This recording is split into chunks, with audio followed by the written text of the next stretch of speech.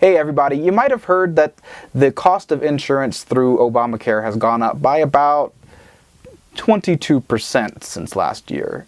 I've always been a little skeptical on the Affordable Care Act because it relies so heavily on trusting private insurance companies, which I can't trust that much. I've been much more interested in a public health option. But I wonder how much of this is caused by just people not wanting to go along with it, just kicking and screaming and refusing to be a part of this new experiment.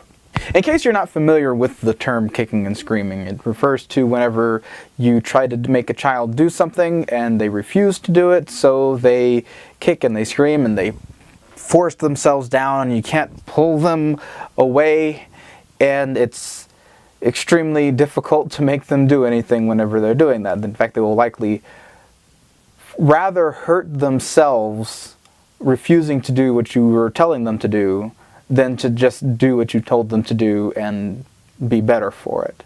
And I get the impression that really that's a lot of what the problem is. Ever since the idea of this was announced, people have been fighting against it heavily. I feel like that's been the problem with the Affordable Care Act for a long time, is that a lot of people just don't trust it. They don't want to go along with it. They feel like it's a bad idea. They don't want to pay for it. They don't think that this is the direction that health should be going. A lot of people probably don't like it because it was proposed by a president that is somewhat polarizing, even though it's heavily based on a concept proposed by one of the people who actually ran against the president who ended up proposing this as a national solution. It could just be that the plan itself was bad. The idea behind it is basically that if everybody has an incentive to get onto health insurance, then health insurance will go down because there will be a lot more healthy people on the system who will be able to help cover the costs of the less healthy people. So that should bring it down for everybody, and that's just not really what's going on.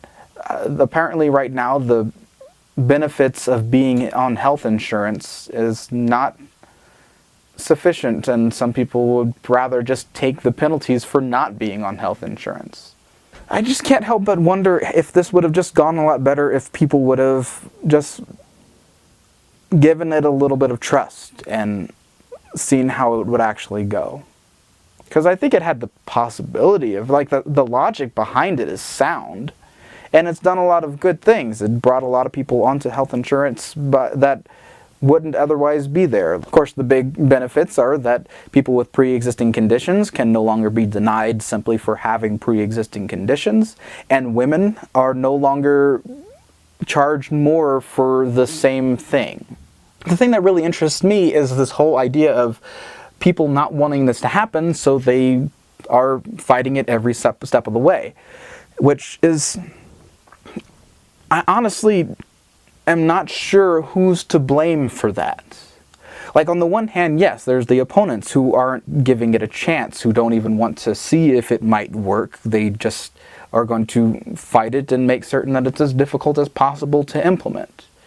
But on the other hand, there's a lot of people who didn't want this, and it was passed anyway. And so it's being shoved down their throats, so why wouldn't they fight back? I mean, it's really good that this is a thing that people are trying to solve. Healthcare in America is bad and not getting much better, even despite the Affordable Care Act. Premiums are going up. They're not going up as fast as they were before the Affordable Care Act, so that's nice. But prescription drugs are still expensive compared to other countries. The cost of medical treatment is extremely high. Of course, pharmaceutical lobbyists have a lot of power. So yeah, America has a lot of room to grow in terms of healthcare.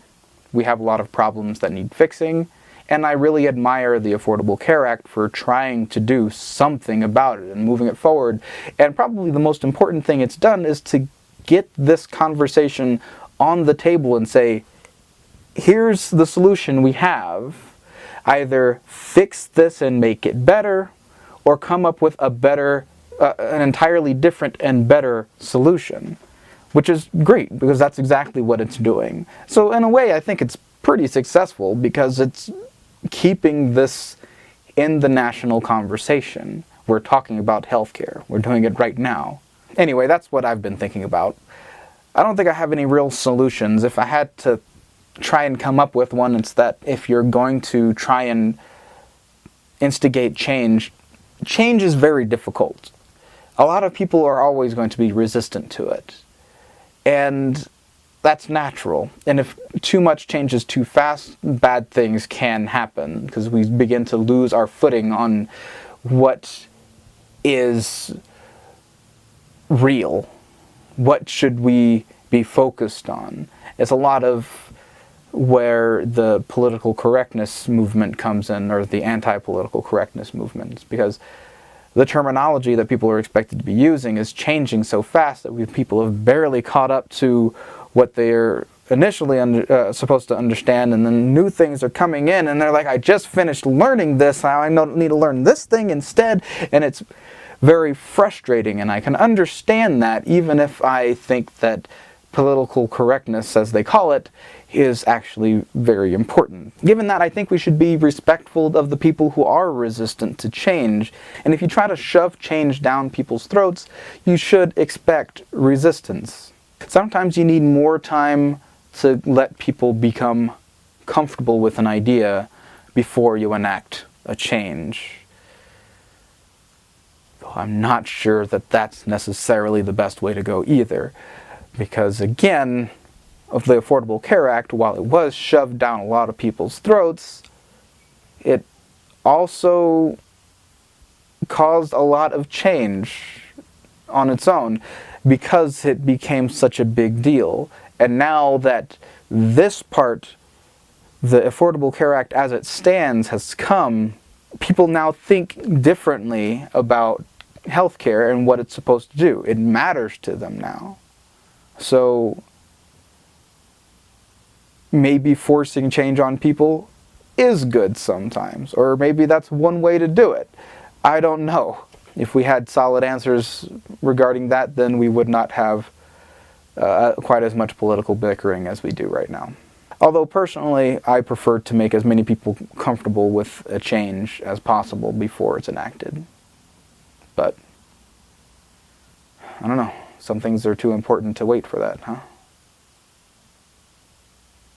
Anyway, thanks for watching. I'll see you next time.